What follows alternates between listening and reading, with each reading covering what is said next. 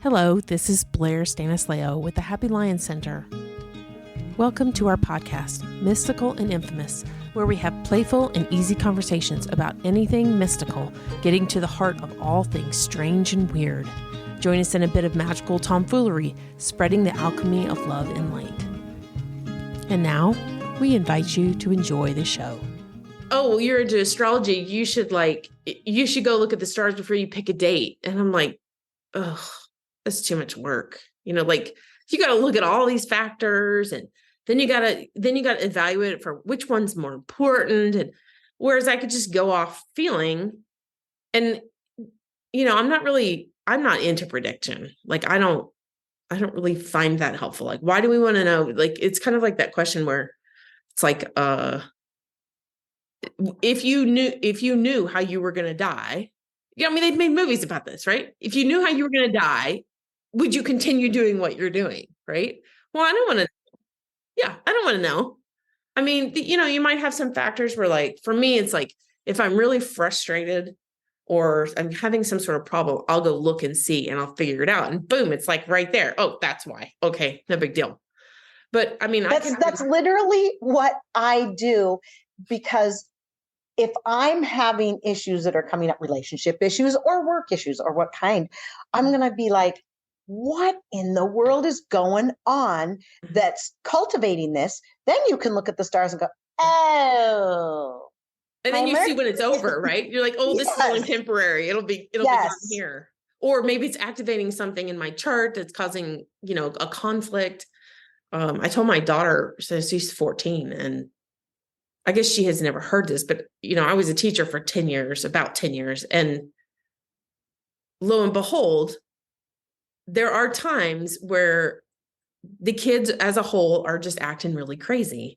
And, we'll share things that are happening in class. And so you'll have somebody say, oh, this thing happened. And can you believe they did this? And da, da, da. And then there's somebody else. And then there's somebody else. And then eventually we're like, what in the hell is going on? And then you go look at the moon, and it's like, oh, there it is. There it is. I should have known. It's so funny. When I talk to my clients, specifically, what we're talking about right now is triggers, let's just say. And a person who is always pointing the finger at someone else going, can you believe she did this? I can't even believe this happened. But realistically, that trigger is put in place for you to look absolutely. At, right? Yeah. So I share with my clients, if they're having an issue with their spouse or whatever, you become best friends, right? You're intently working with this person for an hour straight. You don't want to count every rep. So you're trying to take their mind off of stuff. So they talk about whatever trigger they're experiencing. And it's really interesting how some people react differently to hearing what a trigger really is versus what they think it is. And the way they interpret, well, he needs to do A, B, C, D, and then I won't be triggered, right? And I'm like, it's kind of not how a trigger works. Let's go into it, right? So then I'm going to share a story because this is so fascinating to me anyway. And I'm going to use myself because I love to use myself because I have the best triggers. And it's always my spouse. So it's so funny. I have this weird thing about clutter around the house. Okay. Don't know why. I don't like piles of mail and magazines just all over the counter randomly. Who do I marry? A person that piles up all their mail and magazines and just crap everywhere, right? And so I'm like, what in the world is it? We've had conversation after conversation. Can you just clean up? Can you just tidy up? I mean, I can't even cook, right? Because all of your stuff is all over the kitchen counter. So he's like, yeah, I'll get to it. Well, we've been married now 11 years. And this happened 2 years ago. I was so triggered that I just kept saying nothing and being quiet. I mean, I don't want to be a nag or all this. So I go to Florida. I go away for 2 weeks. I have this dream. This is how my subconscious works. And it takes me back to my childhood where we had a fire. And I think I told you. Did I tell you Yeah, this I story? think so. Yeah, we did talk about this one time. Just the best Keep talking about it. one. It's just the best one. So we had a kitchen fire because when I grew up, I was surrounded by parents who piled their mail on the countertops, magazines everywhere. And it was my responsibility to feed the cat. I didn't. And this is what's so funny. We put, for whatever reason, the cat food right next to the stove. Don't ask me why. I'm a kid. I'm supposed to feed the cat. She's hungry. I didn't feed her. She tries to get into her cat food, tips the cat food over onto the burner. And back in the old days, they were push button burners. Well, she stepped on the button, turned the burner on, caught the cat, food on fire in the middle of the night, mind you. So she comes and wakes me up, and I see flickering on the hallway, which was the flames. I go downstairs and our whole kitchen is engulfed in flames. Right then and there, it made me aware of this is what the trigger is about: safety and security. I do not feel safe or secure when there is clutter in my house. So my husband and I go on this hike, and I say, I got to tell you this dream I had. And I tell him the whole thing. He's horrified for me, right? He's like, oh my God, I had no idea. And I said, well, neither did I. Yeah. So since then, he's been very cognizant of keeping his mail in hand, in check, and all of his magazines. That's one of the beauties of a trigger. That's my favorite one, just because it's so blatantly obvious. Yeah. I mean, it was after the dream, but like I never could correlate. Wow, what is the trigger really about? Why do I hate it so bad? It was all about safety and security. Well, so I've had 2 triggers this week. Oh, good. I want to hear it. So this is our topic. I love talking about triggers. Okay, so let's see. The first one I'll say was it was, gosh, it feels like, so yesterday I was dealing with this. So we had a guest in our house, which was part of family, which is fine. No problem. Everything was good. He came into town to do something, but this is not somebody that either one of us really is really close with. Like, we haven't talked to him in years and years. I've never actually met him. And so he comes, my husband is being the delightful host, and so we have dinner together, and that's all fine. And I had kind of a long day. So usually after dinner, I like go upstairs and I'm going to take a bath or whatever I'm going to do. And my husband usually does other stuff. Like he either works from the house or just whatever, puts it around. Right. So they did that. They were hanging out and they were having a drink and smoking cigars, which is what my husband likes to do.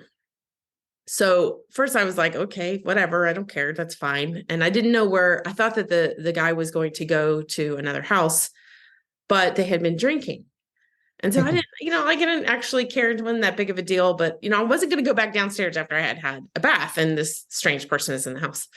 So he had, my husband had been out there for a while, and he came in one time and you could tell he was like a little bit agitated. I didn't know if it was because he was drinking or what, but whatever, not a big deal. He doesn't come back to bed until 2:00 in the morning. Now, this guy is like, he's the perfect mix of going to like having a routine for going to sleep and waking up. I mean, he's not so regimented that I balk at it, but he's very consistent. So for him not to come in until 2:00 in the morning, of course I had gone to sleep by then. I was like, sure, whatever. I don't even want to get into this. And he was so frustrated at 2:00 in the morning because this person who was visiting had too much to drink. Okay. And so basically he was lit like crazy. And the reason he came up is because the guy passed out and he was so frustrated. Okay. Now my husband's 50.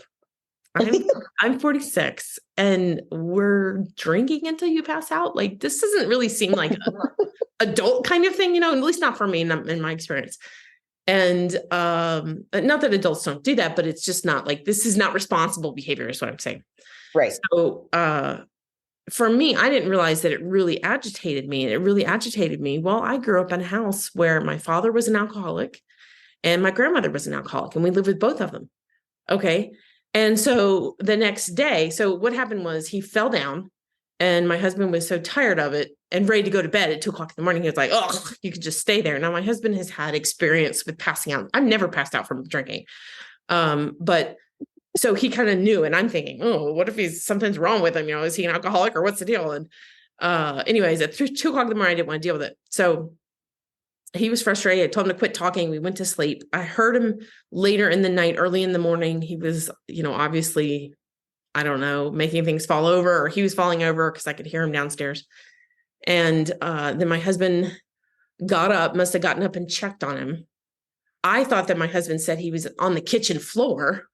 And I was thinking the kids are going to get up and they're going to find a man laying on the floor. And I'm like, I just don't like this, but I was sleeping, so I didn't have too much energy to spend on that. And so he went down there, and apparently the guy had knocked over a plant or something. And so he cleaned that up. So by the time I got down there dressed, right, I didn't notice anything other than the dishes weren't done from the night before. And there were glasses out, right? It's not what he likes to have the dishes done. So we do the dishes every night. Sure. But so it wasn't really like on the outwards, like the kids didn't even know.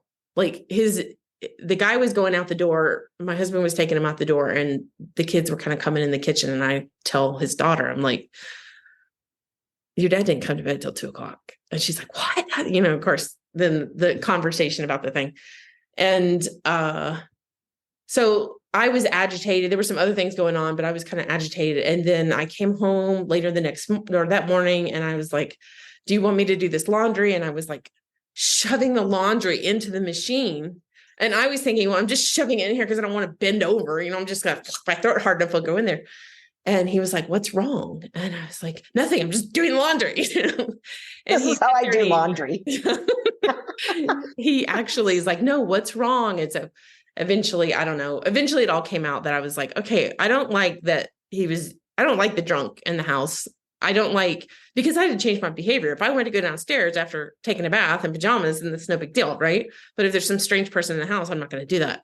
So for me, I still had to modify my behavior. The kids they wanted to talk to him, but they weren't going to because he was out there. And so we had to modify our behavior, which is what I remember from being a child, is that when somebody is a drunk, or they are drunk, they're useful for nothing. And they're kind of like more of a pain in the butt than anything else.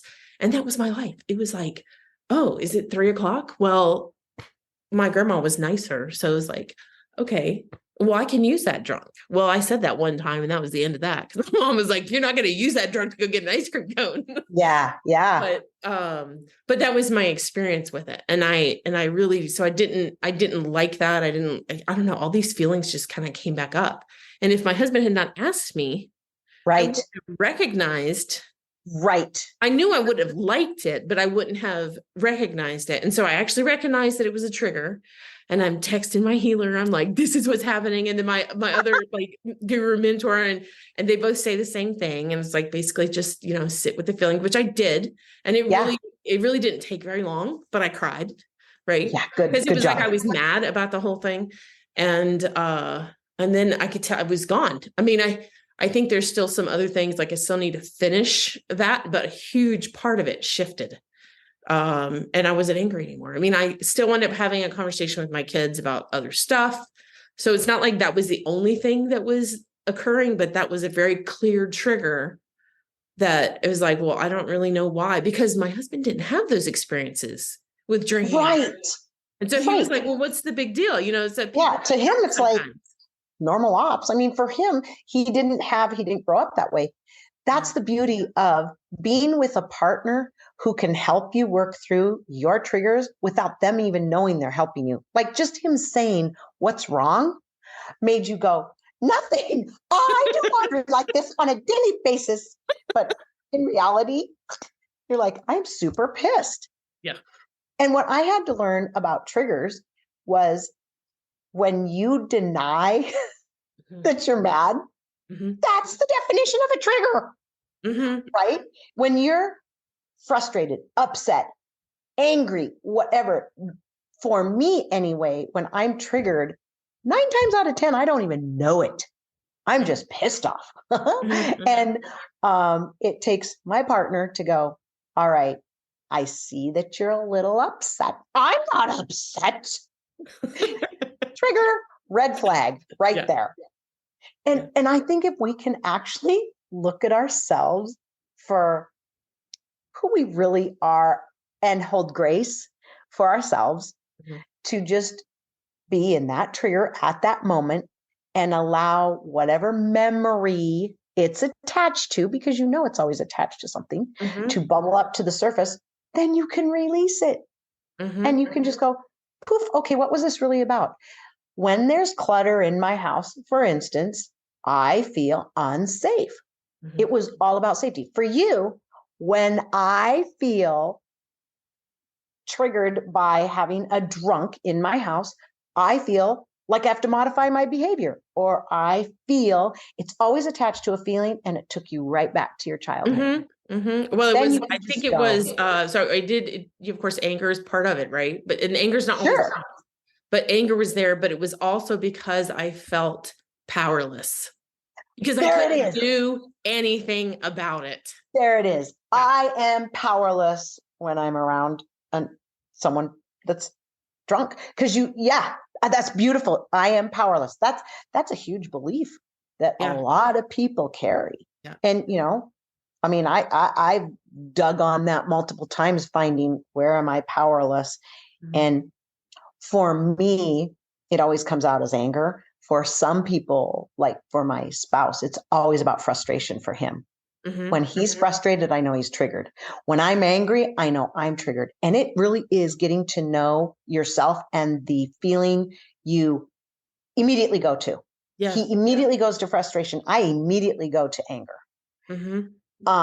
I discovered that from human design. I don't know if you've ever had that done, but that's No, but I'm going fascinating to pretty too. soon. Oh, Yeah. It's going to show you so much about you, the astrology in a different way, right? Mm-hmm. It's just a different way of looking at you.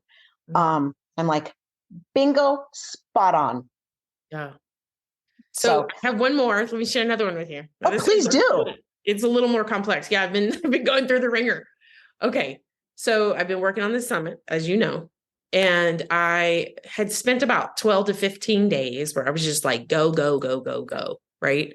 And I mean, like, I was trying to make sure I was following through. I was doing everything I was supposed to do. I was also having interviews and meetings and all this kind of stuff. And it's not that it's undoable, but it's like I have I don't, it's, I guess I probably have always dealt with an issue about worrying about, am I going to remember that detailed thing I need to do? Am I going to remember it? So eventually I became a list maker, which works really well for me.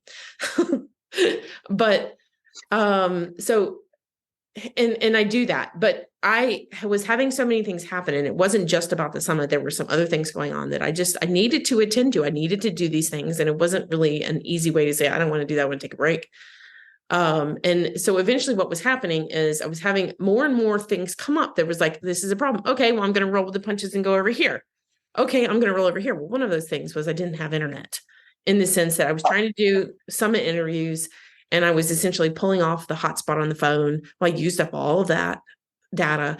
And then we had an iPad that had service on it. And I was like, can I use that? And I'm looking at my schedule, and I'm like, and then I'm trying to figure out, I've done 2 interviews and now I've used up all the hotspot data. I don't know how I can actually do this. I can't do it at the house because there's too much noise. And so it was just multiple things all at once. And I knew I was getting tired. So even before this particular stage, I had already booked a massage, this massage I just got, and I had also booked a hair appointment just to like take time to myself and attend to me and just be forced to not have to work. And both of those appointments, I had to wait like a week or a week and a half, something like that. And so when the internet thing happened and I was still trying to do everything, I was not sleeping well, because when I get like this, I wake up and then my brain is immediately on. And I'm like, oh, I need to go do this thing. Well, I don't want to forget it. So the night before, I had actually lost about 4 or 5 hours of sleep, like half the night completely gone. Right. And so I'm trying to have a good attitude, which is really, really hard when you're really tired. And I eventually get out the door because I had an interview that morning, and I just happened to look in the mirror and I was like, ooh, my lip looks swollen. And so now we're going to compound this. So now you don't have internet and you're really tired. And now your lip is swollen. I looked in the mirror and I was like, well, that's really swollen. I think you're going to be able to see that. And then I started feeling it and I was like, oh yeah, that might be a cold sore. Well, I didn't have anything with me. I didn't have a plan. I was busy doing stuff. So I had 4 hours where I wasn't able to do anything about it. I get home and by the end of that 4 hours, I'm like, ooh, that's not one cold sore. That's like 12. And then of course I'm thinking, that means it's going to be like super gross and nasty and hurt a lot and all of this. A huge tomato on my lip. Yes, it was horrible.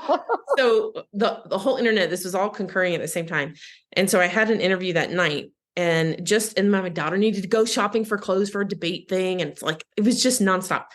And so I'm out with my daughter and I realized I can't do those interviews. Okay, that'll give me a break. I'll just tell them we have to reschedule. And I just can't do it until I get internet. That's the bottom line. I can't physically do it. I also don't feel like doing it. And so I emailed everybody that was on the schedule for the week. And basically all of them replied and most of them had rebooked within about an hour. Okay.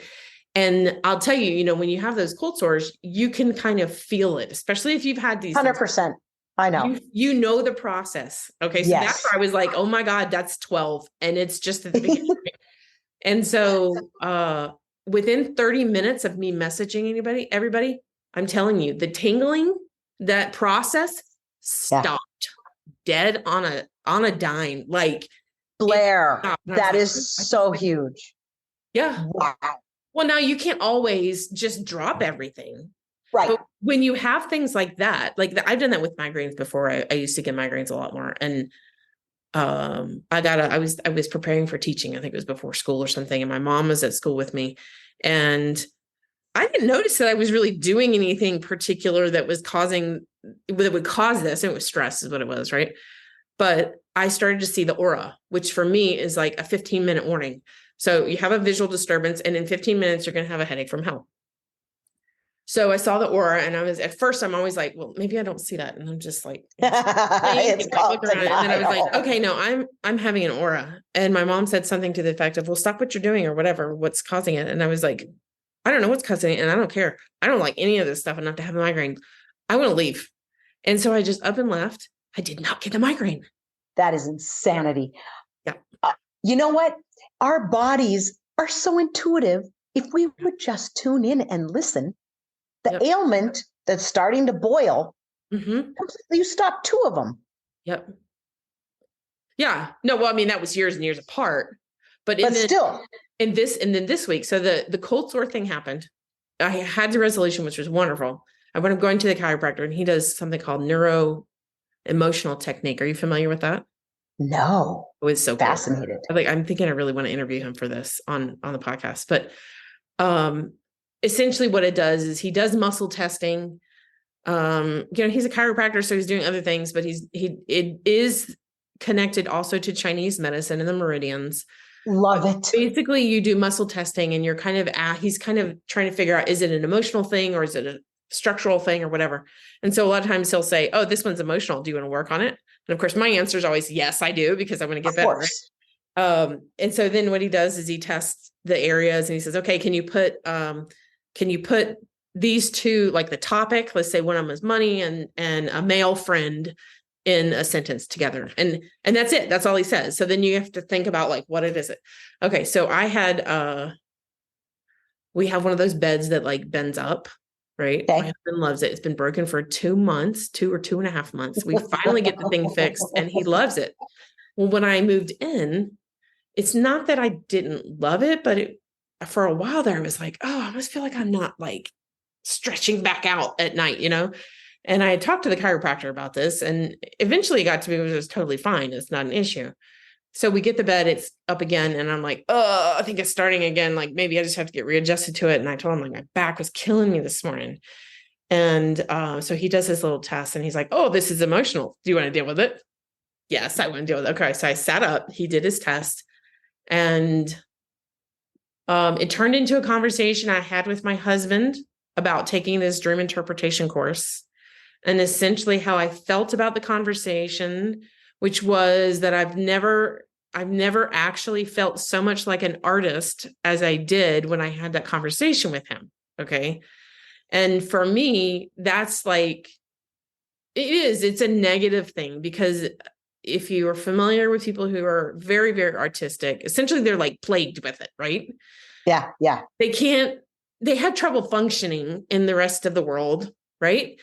I have friends like this, and there have been numerous times that I'm like, I really love these people. And I'm like, how are you paying the bills? How do you Do you have function food? on a daily basis? Yeah. Do you Yes. have food? Do you drink water? And the amount of pressure that I feel just worrying, even just about one person, this is why I just stopped doing it, but just worrying about that one friend of mine who I'm like, I don't know how you're going to do this when you don't have these things that support you anymore. And like, just me being okay with that, even for them, was really difficult. Right. So for me to feel like, because he didn't make me feel that way, he just made an observation, right? But I did feel like, oh, somebody sees that I have this artistic tendency that for some reason I think I've hid from everybody else. And so the chiropractor helped me work through that. Like, well, why is that bad? Why is it bad to be creative? And okay. So we go through the whole thing. And then what they do is, then he says, okay, well, we're going to look for an original event, because the Always statement was, it's safe for me to make money. That's what it was. Okay. And on the muscle test, it was very clear, no. And I was like, I don't know what that is. That doesn't make any sense, because, but essentially what that means is my nervous system is not corresponding with what my conscious self is saying. Yes. Okay, so he goes back for the original event, and he does his little testing, and it's like 0 to 10 years, 10 to 20 years. And okay, we narrow it down. And it was at 28 years old, had to do with a male. What was going on that made me feel the same way I felt when I had that conversation with my husband about taking the dream interpretation course? And he gets to the number, and I'm like, I was pregnant. That's what it was. So I was pregnant, and it all comes down to, I didn't feel like I was going to be able to handle physically. Yeah. We just talked about all the ailments that I have when I have stress, right? I didn't think I was going to be able to handle the pregnancy. It was rough on me. I didn't like pregnancy. It was not easy. I didn't have anything clinically actually really bad. Like, I went in and said something to the doctor, and he literally laughed at me. Right. So it's really, what I was having was not a big deal. And I had heard other stories, and those were really big deal. Mine was not, but it was hard on me. Yeah. And I wasn't sure that I could handle it. So with my son, when I was pregnant with my son, it was like, I don't know if I can handle being pregnant and working and all this stuff. And it was the same feeling. Wow. So you do the work, and then I don't remember he does some stuff where he pushes on the meridian, which hurts a lot sometimes. It's quite complicated. I probably will have him on if he's willing to do that, but it's really interesting. But then after, you always test the same question to see if it's cleared. Right. Yeah. So I love it. Yeah. Oh my God. I love it so much. Yeah. Well, it's crazy how our body holds this, and our mind doesn't know, consciously we have no idea, but subconsciously it's there. Mm-hmm. And it's not until it's triggered to allow you to go, what is going on? Right, but you have to say that, because if I hadn't said to my mentor gurus, hey, this thing I think is a trigger, like all of a sudden I'm really pissed off, and it's like a core guttural response. Which is funny, because years and years ago, this would have been in 2014, I moved, and I had to go back to Florida to get some stuff, and I had to get help, and I wasn't getting help from anybody who was there. It was very stressful for me, right? And this man that I was dating at the time got his little worker boy, who we always talk trash about, but his worker boy to help. Okay. So he was going to have to drive a truck for me. So we had two vehicles. I had my vehicle, and he was going to drive this big truck, and had to drive an hour up to where I live to get this stuff. Well, we stopped to eat dinner, and it's my house. They're doing this for me. So like, I'm going to buy him dinner. And I was like, okay, I'll buy you a beer. It's not a big deal to have a beer. Well, this guy had been known for, he kind of gets stuck somewhere. He's not really good at managing that kind of stuff. So he had a beer. He walked away from the table and started flirting with somebody at the bar, and I couldn't get him to leave. And I'm like, okay, we're supposed to be moving all this stuff tomorrow. I'm really flipping out. So I called the boyfriend, and I said, this is what's happening. And I'm really, really pissed. And so he got the guy to do this stuff, but I did notice even at the time before I got involved in any of this stuff, I was like, holy crap. I thought that me growing up with an alcoholic really wasn't that big of a deal. And I had kind of learned to deal with it until I have to deal with another drunk in a situation where I needed them to do what they were supposed to do. And holy cow, talk about a guttural response. Like, no, 1,000 cuss words. No, Right. And, but I didn't know what to do with it then, so I didn't actually. Exactly. You don't know it's even a thing until you start doing the work, whatever that is called. And then you start realizing, wow, this is happening for me. So I can heal it. And if I don't, it'll just keep coming back in different scenarios, in different ways for you to look at it from a different lens until you see it for what it is and release it. It will just keep showing up over and over again. And it's funny because that's kind of the story of my life with men, me picking the same man over and over, and not figuring out, why does this always happen to me? Well, it's not happening to me. It's happening for me. So I will quit doing the same thing over and over. You bang your head against that same wall until you get a headache so big that you're like, maybe I shouldn't bang my head against that wall. I don't know. That's a thought. Or how do I approach this differently?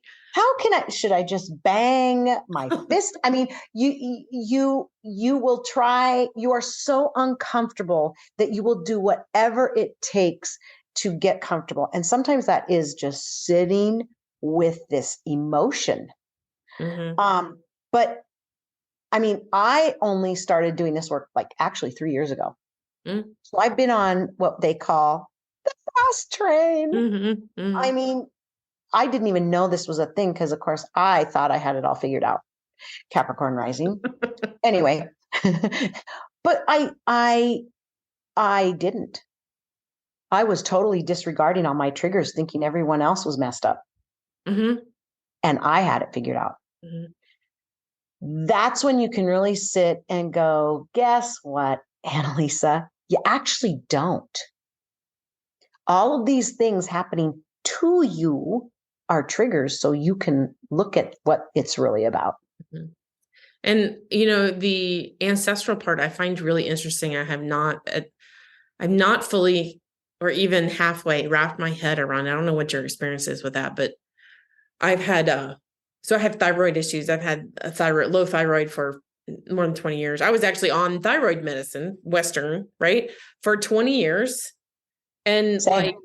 About 2.5, maybe a little bit more years ago, I was like, screw this. It's not fixing anything. If you look into what the drug actually does, all it's doing is like, basically steroiding it, like put it on steroids so it works harder. That's not solving the problem, right? Nope. So I had just reached a point where I was like, that's it, I'm done. I'm tired of this. It's either proofs in the pudding. Do I believe what they say or do I not believe it? Do I believe in this natural healing or do I not believe it? And so I was like, I'm going to do this. So I had it really got triggered by, I wanted to get some metal cavities out of my mouth. And the dentist was like, you need to go to the naturopath and have them do chelation. And so I went to the naturopath, and the naturopath said, well, because it was a new client, right?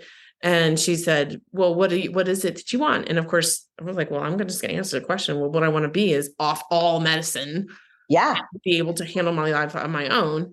And so she did her normal things, which my experience was a naturopath is very similar to just a regular doctor, but instead of prescriptions only, they also do supplements. So but to be fair, I haven't been to a whole lot of them. This was just one experience, but so she had like a food sensitivities test, what I've always wanted to know for real. Like I'd gotten my hair tested. It was much cheaper. And so she did a blood test, and this came back, and it was like, holy crap. If I ate it, I had sensitivity to it. And if I ate more of it, it was higher. And it's really defeating, right? Yeah, absolutely. So I had gotten to the point where I was like, okay, then I'm not going to eat that stuff. And then of course I'm like, well, what do I eat? I don't know what to eat. Okay. Right. And so I was really hungry, but I wasn't eating anything because I wasn't going to eat those things, by golly. And somehow I had come across this person who did nutritional response testing. Have you heard of that? Actually, no. Okay. So this is muscle testing. It's also based in Chinese. Oh, I love muscle testing. Cool. Yeah. So basically you do muscle testing. They do some other stuff, but the main thing that I saw over about 2 years was muscle testing to see what's going on with your body. Okay. And then they give you some supplements to support that and help you to change your diet and so forth. So through the 2.5 years, at first I wasn't on the thyroid medicine. We go in there and she does the test and, she's really supportive and all that. And then my hair starts falling out. And then I'm like, all of a sudden I notice all the bald women and I'm like, I don't really want to be bald.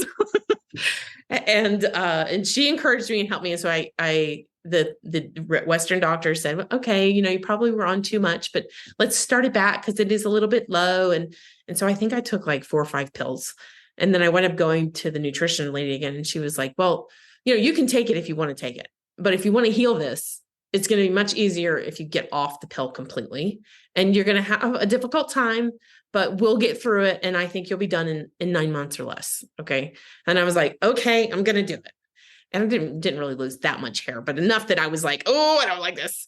You know? And so over the 2 years, I changed my diet drastically. And it's kind of frustrating because it's like a nonstop thing, right? Obviously, yes. But I haven't been on thyroid medicine for a long time, but I still have some troubles. Like I noticed it felt like it was really a lot better. And then I think when I got married or moved in with my husband, it was like, there was a shift again, which, that kind of stuff happens. You have a major shift in your life that happens. And so then I was having more trouble again. And, I don't know. I continued to do work on that. And so I asked several times on energy healing sessions to get information. And a couple of weeks ago, I actually got this one session that was like, it was really hard for me to swallow. Actually at the place where I met you, we did a quick session too. And she said the same thing, which is essentially you're going to have to heal your thyroid, your throat chakra. Yes. You have to heal it not only for you, but for all. And the reason you're not your doing whole it ancestry. Ancestral. Yep. And she said they got killed. Like it wasn't just that you speak it. Yeah, they got murdered. And so a couple of weeks later, I have another energy session, and this is my little energy guru lady, and she's like, "Oh, it's your ancestor. I'm seeing that somebody got stabbed. You got stabbed in a former life in your neck, but it didn't kill you, and so you had to continue to live like this." And through the healing, I was like, "Okay, but I don't know what to do." And she was like, "Look at you, exactly what you're talking about. You're not wanting to listen to the story. You need to listen to the story about your ancestor so that it can begin the process." So by the end of that session, I was still like, well, what in the bloody bleep do I do about ancestors? I don't even know that it's there. I want to heal this. So now I'm kind of like, well, now this is a mission of mine because it has to happen. Like I've got to get this fixed. Right. And I'm not there yet. Right. Like I still have to keep looking and figuring out how to do it and so forth. But the thyroid thing is just such a big deal. And it's through the ancestors. I know and my mother had it. I'm sure my grandmother had it. And then some of the stuff that we talk about through the other healings that I've done, I start to recognize I don't even notice that I'm setting the groundwork for putting on to my children these attitudes and approaches to life. So one for me was I have a son and a daughter. And if my daughter ever got repressed or pushed down in any way, I was like, go fight for yourself right now. Go ahead. Go ahead and smack him or go ahead and push somebody or, not necessarily always the best sound advice, but I've always felt like that's appropriate. If you need to do that, you're a girl. Sometimes you have to be louder and more obnoxious to be able to be heard. Okay. So again, it's about that throat chakra. So I didn't even realize that I was doing that. But that's the kind of stuff. And I noticed that with with dealing with grief with my husband and preparing to grieve for my mother was I didn't realize that I had taken on. Like when I was we had talked about getting married and I was outside shoveling or something. And I thought to myself, okay, this is really going to happen. Okay. Now it's time for me to start worrying about when he's going to die. And then I thought, why do I have to be like that? Like, why does it, that doesn't occur to others? There's plenty of other people. His parents have had a very long, happy life together. And I'm like, what is that about? And then I started to recognize, because I'd done the work. Oh, that's the way my mother taught me. And that's the way her mother taught her. And then actually on both sides. So I don't know. This ancestral stuff is still like a bag of worms I have not yet figured out. This is so fascinating. You and I have walked in the same shoes in multiple lifetimes. I really do believe that. I have thyroid issues. Clear, cancel, delete, had. Did the exact same thing as you did. I do not want to live on medicine my whole life. This is ridiculous. I don't see a difference being on it. So I went to a medical intuitive, similar muscle testing, take my thyroid medicine to her, and she goes, "You're allergic to this." Do you know, that was like, could you just stab me in the gut a little harder and twist the knife? I've been on this freaking medicine for what? I don't know, 10 years probably. And it was naturally compounded. And it was made just for me. Oh my gosh, I was so upset. I'm like, done. I'm done. Went through the same thing, started losing my hair because now my body has to adjust to the assault that I was doing to it, but took all the supplements, changed my diet, and then started really diving into what is hypothyroidism? What is the cause? You know, in theta healing, there's always a belief system attached to every single disease, right? Ancestral. So I go back and I look at my life. This is so amazing. First of all, I have an unaspected Mercury in my astrology chart, right? So, that's okay. Sorry about that. That was my next notification. So, my whole life, I'm told children are to be seen and not heard. Okay. So what happens to me? I'm a cheerleader in high school. I yell. I'm also a singer. I develop nodules on my vocal cords. So now I can't sing anymore. Then I have a trampoline injury and I fracture my neck. Then I have a strep throat, like my whole third grade. All of these things just accumulate because they're always attached to a belief. You were to be seen and not heard. So do not speak. Do not use your voice. Do not. And then I become an exercise, a group exercise instructor. Can't yell the commands, have to use a microphone to project my voice. All of these things keep pointing back, and then hypothyroidism and all of these things that are showing me you got to take care of your throat chakra. Period. Hands down. You got to solve this problem. So I do past life regression. So I could see how it was handed down. And see now, it's getting all, I'm trying to clear it.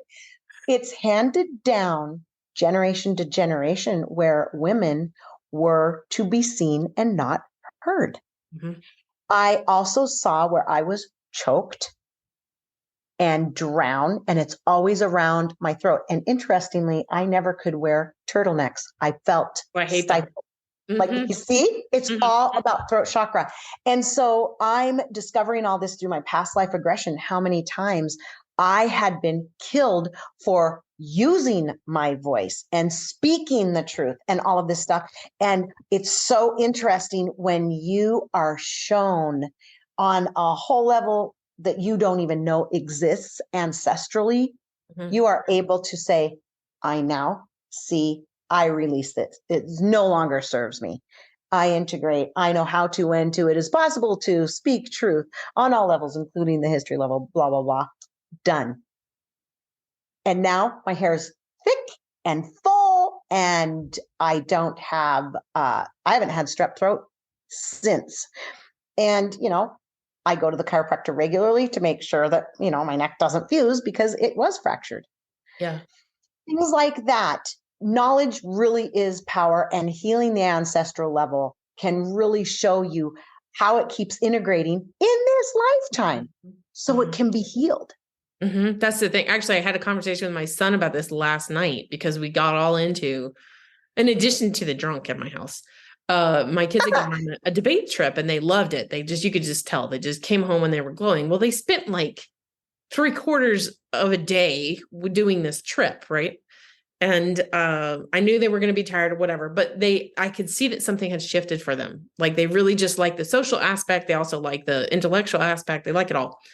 And I felt like there was like a little bit of an attitude, kind of like maybe they had been around these other kids that didn't have the same kind of restrictions or something. And so I addressed this with them because I was already irritated about the drunk, right? And I was dealing with my trauma. So I'm like, oh, I'm fired up and ready to do this. So we wound up having this conversation. Of course, my son is not trying to do it to make me mad, but it does. And so we had another conversation, he and I by ourselves, and he was expressing his frustration about my new husband, right? And I'm like, hey, but let me explain to you how this works and why he might be like this. And I'm not saying that you're wrong, but he's not wrong either. And he is, like everybody, expressed the real frustration about, like, basically my husband says things for effect. Like he goes really dramatic. We had asked him, we were talking about, he wanted to have like a party. My son wanted to have a party. And so he was trying to plan the logistics, but we have to ask my husband. My husband works at home. I thought he could go to work. And he says, I actually presented it in like really the most kind, open way. It's like, we were thinking if maybe you could work at the office for the afternoon, that they could have time to prepare. And he says, when you tell me you got to get out of here, and he goes on, and I'm like, we did not say that. We didn't kick you out of the house. So that's the way he is. Like he just does it. Yeah. And so he'll get on to my son, trying to help my son do things. And my son finally said to me, he's like, well, when he's so dramatic like that, and it's obviously not true, I have a hard time taking him seriously. I'm like, okay, well, I get that. That's totally fair. But he is there for an opportunity for you to be able to speak up and say, I have a hard time taking you seriously when you're so dramatic. Yeah. Just like you're in my life irritating me so that I can say to you, like we're all right. Oh my God. It's so perfect. Yeah. It's beautiful. Yeah. It is. Oh my God. Amazing. And it's a never ending story. Never. Thanks for listening to this episode of Mystical and Infamous podcast with the Happy Lion Center. Send requests for topic discussions, questions, and comments to podcast@happylioncenter.com. That's podcast@happylioncenter.com.